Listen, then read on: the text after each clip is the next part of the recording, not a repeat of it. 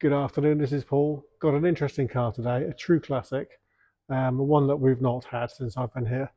This is a 1981 Lotus Elite S2.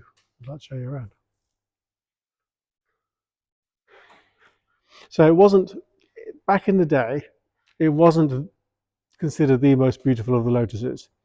But as time goes on, I can't help looking at the shape of this car and thinking, well, look at the cars we have now that are called shooting brake, where you've got two doors, and then the Ferrari FF. I'm not saying this is a Ferrari.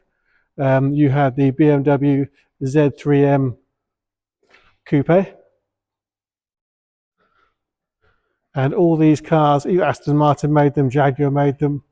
All these different manufacturers made these shooting brakes, and this, to me, is what the shooting brake looks like. And I've got to say, I think this car has aged beautifully. I think the shape is unlike anything else, apart from the shooting brakes that you see on the market today. It's low and it's sleek, and the colour, very interesting historic colour. This is Championship Gold. And the Championship Gold was brought back out by Lotus in 2017 with one of their Elise 260 GTs, I think it was, or a 260 Cup car, and they released it as a tribute to 70 years of Lotus. And I think the fact that they chose that colour to celebrate 70 years of Lotus tells you a lot about the colour. And I'm going to move into the colour now and just show you how nice it is. It really is a nice deep golden, very late 70s, very early 80s. It's a very period and classic colour, especially for Lotus. So it's powered by a 2.2 litre twin cam 4-cylinder engine. It has it was built with 160 brake horsepower. It has twin Delorto side draft carburetors. So in its day, it was a lively thing. And today, I mean, it keeps up with the traffic very well. And it sounds quite sporty. You can see there we've got twin exhausts poking out of the back. So it does sound nice. You've got various different insignias on there. So World Champion Car Constructors from 1970, 72, 73, 68, 65, 63. And this was in 1978. And you've got it again here, World Champion Car Constructors. So it is definitely harking back to the years where Lotus were making the most incredible racing cars, which they did in the 60s and 70s, certainly. So it is a rubber bumper car. Well, I wouldn't call it. It's not actually a rubber bumper car. It is actually a lot more solid than that, but it's also got this. That is a rubber strip that goes around the outside, which protects the car from things like other cars opening their doors onto you. So if you are parked in a supermarket car park, there's not a great deal to worry about. And this car, it's not a concourse car. It's definitely not a concourse. You couldn't say that it is, but it's a very nice car. A true classic car enthusiast would love to own something like this. I am a classic car enthusiast. I've had classic cars for years. And a classic car for the classic car enthusiast is something which looks pretty. It reminds you of the days when you were a lot younger than you are now, when these cars were current, and you saw them on your bedroom wall in posters, and you saw them driving up and down the road and thought, my God, what a pretty car. Of course, now everything has moved on. We are looking at old technology. Well, I haven't closed the bonnet properly. We are looking at old technology. But that's the fun. That's the fun. It's a very mechanical car to drive. And unlike a lot of the other Lotuses, the engine is in the front. It's in here, so it's not difficult to work on. You can get all the way around it, so you can do your own servicing if that's what you do. It's not going to cost you as much to service this if you pay someone else to do it as it would do if the engine was behind the seats, for instance, because you've got a lot more access to it. So it's a lot simpler car to have and to own. Now, just noticed a couple of bits and pieces. Here, around these window trims, is normally what I believe is just aluminium, and of course the aluminium does fade. So really nice thing that's been done there is it's been wrapped in a very shiny silver trim. And what that has done is it's just made it look really cool. What an idea, what a lovely idea. Because I'm sure a lot of these trims over time do tend to go a little bit dull over the years. And something as simple as that, it won't go dull again because it's a vinyl wrap, and if it does, you peel it off and you go again. What a nice idea. So to open the boot, pull that, and the gas shocks will ping the boot open. So there's a window behind there, so this is a completely separate area. You can see there are some additional Elite S2 mats.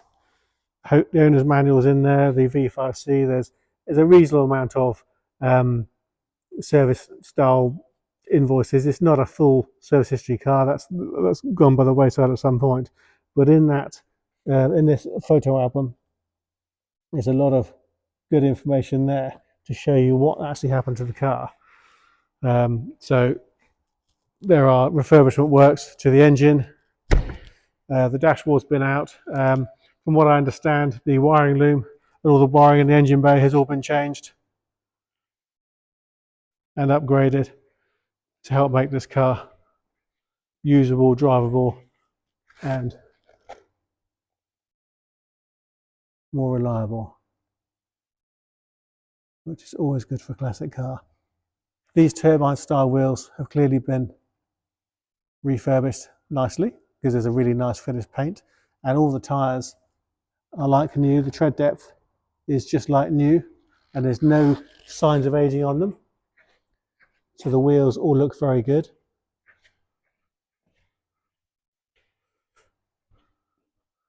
The paintwork is pretty good. It's not perfect in areas. You've got, you know, little bits and pieces here and there, but I think for a car of this age, it's doing really well. Moving to the interior. So you've got what they called cream. It's actually a bit more like beige. Of course, it was all kind of hand built. Back in 21/22, the leather was refreshed by colouring.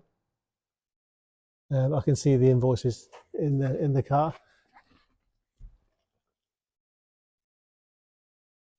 So the leather was recoloured. In all honesty, and there's a stitching that's come away here. In all honesty, will it do for now? Yes, of course it will. If I owned the car, I would probably recover the seats. It sounds quite scary, but it's not. I've actually done one myself. I've got an E-Type, and last winter I took the complete interior out and I completely re-leathered the seats and the center console. So it's not as scary once you commit and you get into it.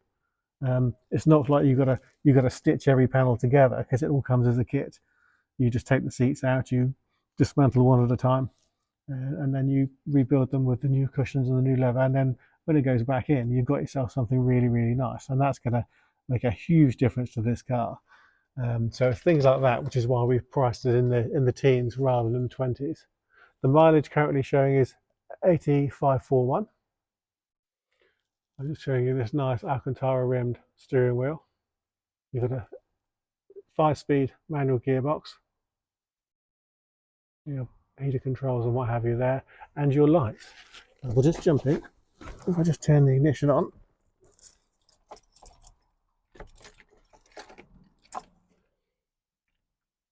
and turn the lights on, and up they pop. So if I just run around and show you, there we have working pop-up headlamps.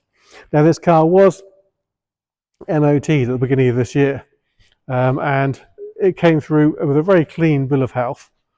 The only thing that was mentioned was the drive shaft, I think on the left hand side, was showing a bit of wear, although they said it wasn't excessive wear.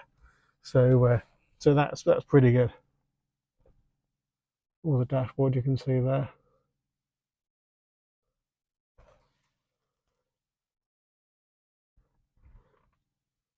Patina. It has patina. So it's not. It's certainly not awful inside. You can see the rear seats. They sink right down at the back, so that gives you more headroom when you're sitting in them. You find the same sort of scenario in a Porsche 911. So your knees will come up quite high, but your bottom sits right down, and you've got these nice headrests. All that really does present quite well. And then you've got the carpets. Now I took the other carpets out because it was carpets on carpets. You can see the condition of the carpets that are in there. They're not bad at all, really. Take that key out of the ignition. At least turn it off.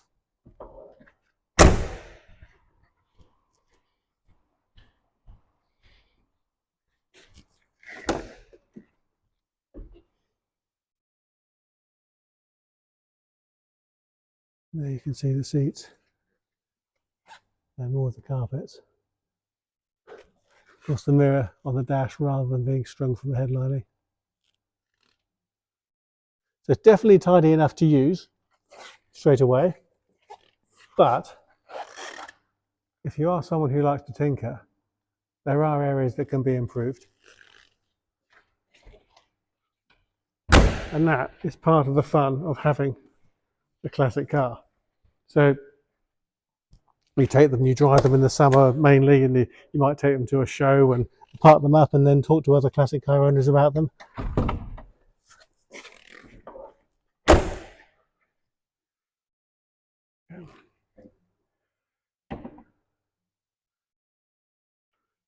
So part of the work that was done 21-22 was this heat shield there, which also acts as sound deadening because it's quite thick, as you can see there.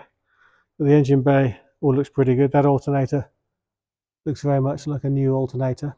Now, I can see in a previous advert that was when the car was up for auction that the cam belt, it says that the cam belt was replaced and plugs and what have you. I haven't got those invoices to hand. I haven't seen those invoices, but looking at the condition of the cam belt, I would certainly say that has not been on there for a very long time.